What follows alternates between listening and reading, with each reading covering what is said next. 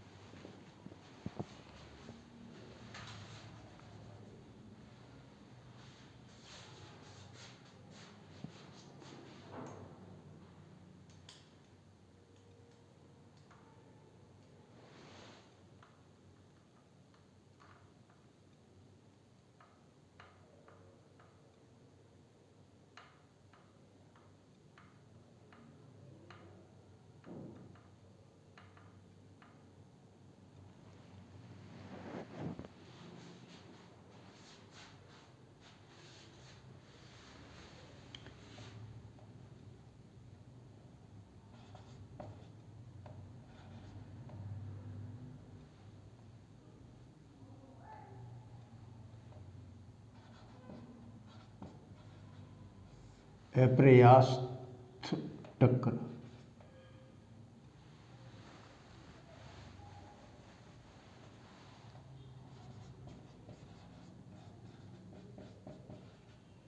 अप्रत्यास्थ टक्कर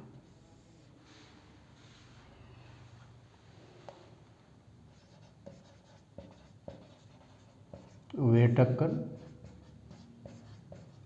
जिसमें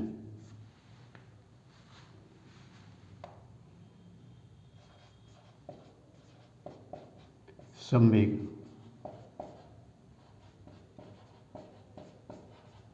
संरक्षित रहता है लेकिन गतिज ऊर्जा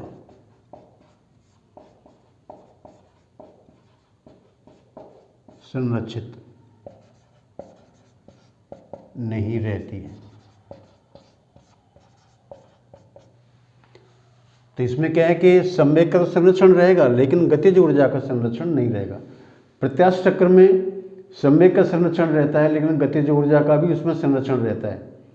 तो इनमें दोनों के अंदर, दोनों प्रकार की टक्कर के अंदर संवेग दोनों में संरक्षित रहेगा, लेकिन जिस टक्कर के अंदर गतिज ऊर्जा संरक्षित रहेगी उसे हम प्रत्यास्थ टक्कर कहेंगे और जिसमें गतिज ऊर्जा संरक्षित नहीं रहेगी उसको हम अप्रत्यास्थ टक्कर कहेंगे। तो संवेग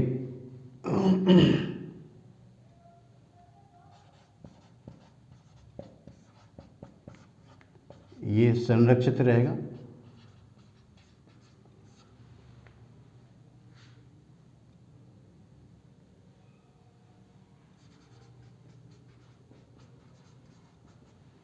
और गतिज ऊर्जा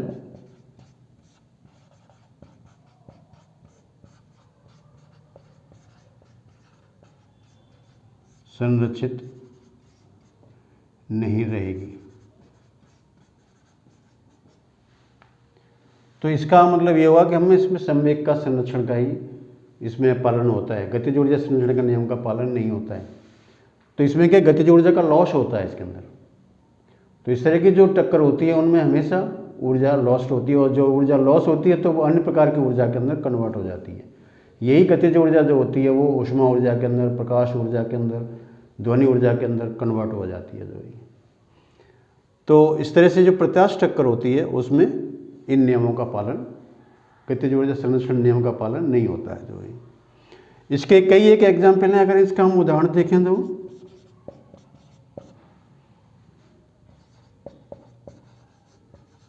बंदूक की गोली का रेत की बोरी से टकराना। बंदूक की गोली का, अगर आप बंदूक की से गोली रेत के भरे हुए बैग से आप मारिएगा तो क्या होता है कि वो रेत के अंदर ही रुक जाती है। तो जहाँ पर वस्तु टकराने के बाद रुक जाए वो समझो कि आपकी अप्रत्यास्थ टक्कर है उसके अंदर जो है, क्योंकि रोकने के लिए उसको घर्षण चाहिए, और घर्षण उसको किसी वस्तु से मिलेगा, और वो तभी मिलेगा जब गोली उसके संपर्क में रहेगी। तो इसी प्रकार से जो अपने सामान्यतः दैनिक जीवन के अंदर आप टक्कर देखते हैं, ये सब अप्रत्यास्थ टक्कर ही होती हैं सब जो है।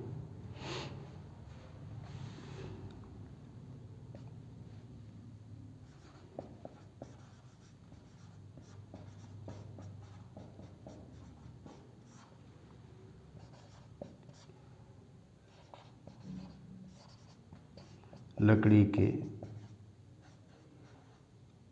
तख्ते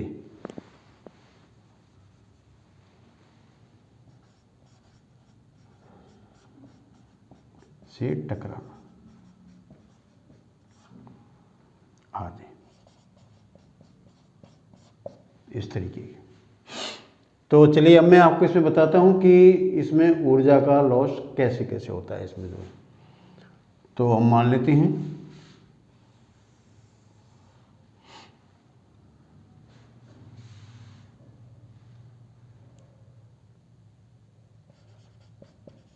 माना m1 द्रव्यमान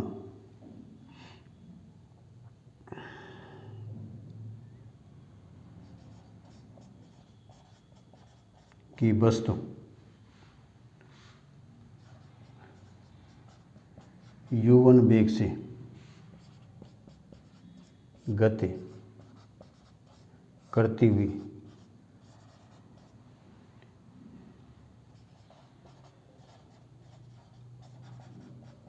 m2 द्रव्यमान की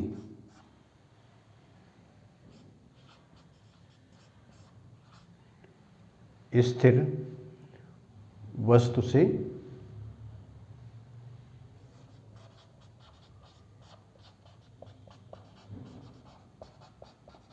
टकराती है।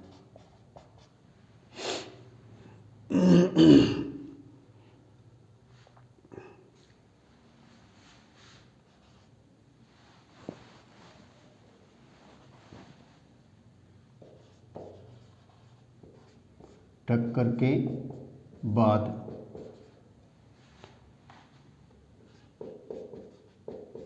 दोनों वस्तुएं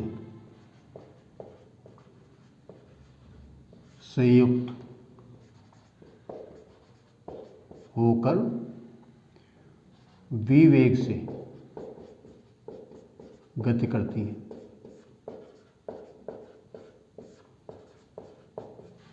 तो यानी कि टक्कर के बाद दोनों वस्तुएं मिल जाती हैं, और जब वो मिल जाएंगी तो वो संयुक्त हो जाएंगी। तो यानी उनके द्रव्यमान जो होंगे वो m1 प्लस m2 के बराबर होगा जो।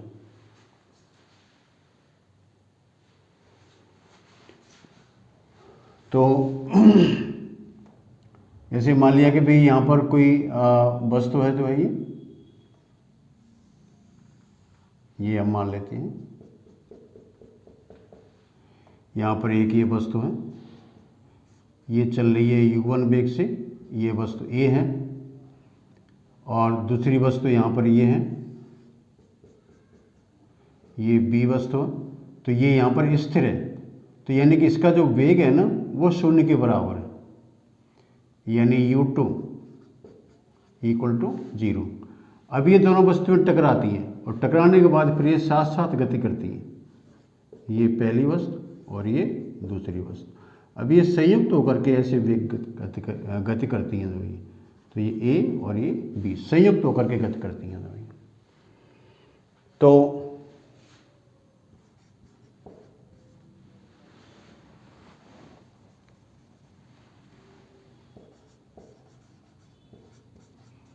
टक्कर से पूर्व संवेग P1 equal to m1 u1 plus m2, और इसका वेग 0 के बराबर है, तो ये m1 u1। और टक्कर के बाद संवेग P2 इक्वल टू, क्योंकि संयुक्त हो जाती हैं इसलिए m1 plus m2 into B। अब यहाँ पर संवेग संरक्षण का नियम लगाएं। संवेग संरक्षण नियम से क्या है भी इसमें P1 इक्वल टू P2। तो ये है आपका M1 U1 equal to M1 plus M2 into V।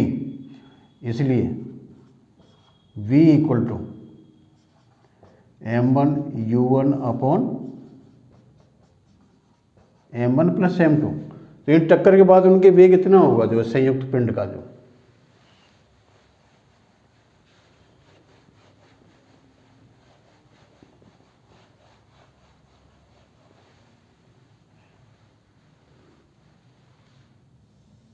अब इसकी हम गतिज ऊर्जा निकालें।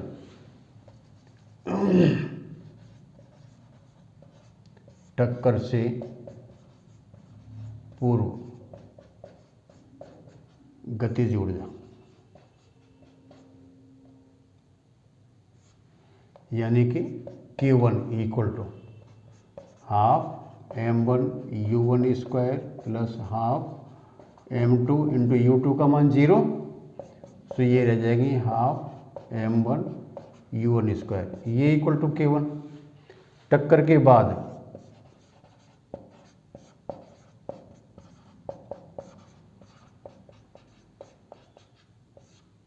गतिज ऊर्जा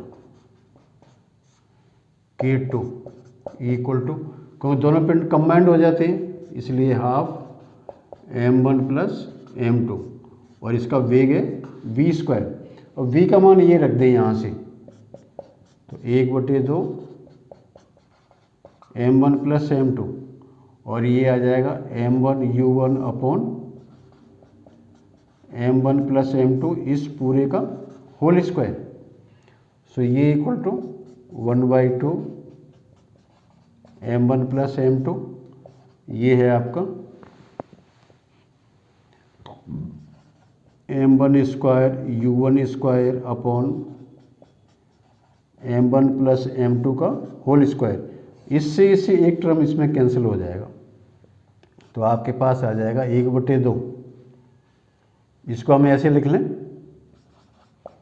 M1 U1 square into M1 upon M1 plus M2, यानी M1 स्क्वायर तो इसके 2 स्थान पर लिख दिया। ये जो ऊर्जा है वो पहली वाली ऊर्जा ये आ गई K1।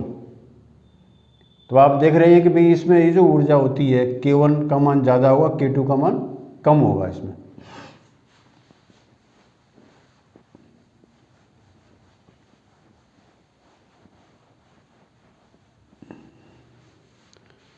तो हम इसमें क्या करें भाई, ये K2 equal to K1 into M1 upon M1 plus M2। तो आप इसमें देख रहे हैं कि जो K2 का मान है वो K1 से कम है, क्योंकि ये फैक्टर इसमें ज़्यादा है इसकी कंपैरिजन में जो है।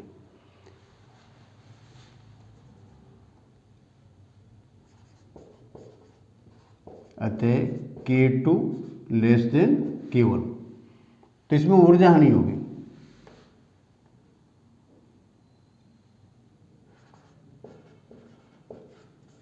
अर्थात ऊर्जा हानि होती है। तो अब आप इसमें देख सकते हैं कि हम इसको निकाल लें भाई K2 upon K1 equal to M1 upon M1 plus M2। अब आपको ऊर्जा हानि निकालनी है, तो हम इसको ऐसे कर दें 1 minus K2 upon K1 equal to 1 minus M1 upon M1 plus M2। क्या एक एक दोनों साइड जोड़ दिया और यहाँ पर माइनस चिन्ह लगा दिए, तो ये आ जाएंगे आपके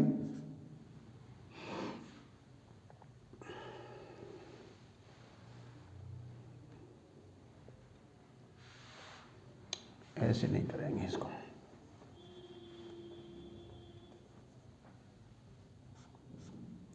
-1 और ये -1, दोनों में से एक एक घटा दो, तो ये आ जाएंगे आपके K2 minus K1 upon K1। ये आ जाएगा M1 minus M1 plus m2 upon m1 plus m2, ये हो गया delta k upon k1 equal to, इसमें से m1 टर्म कैंसिल हो जाएगा,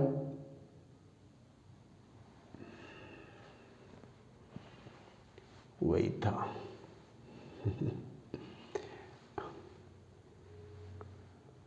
माइनस चिन्ह आ रहा है। चलो पहले वाले ही परिस्थिति ज़्यादा ठीक थी।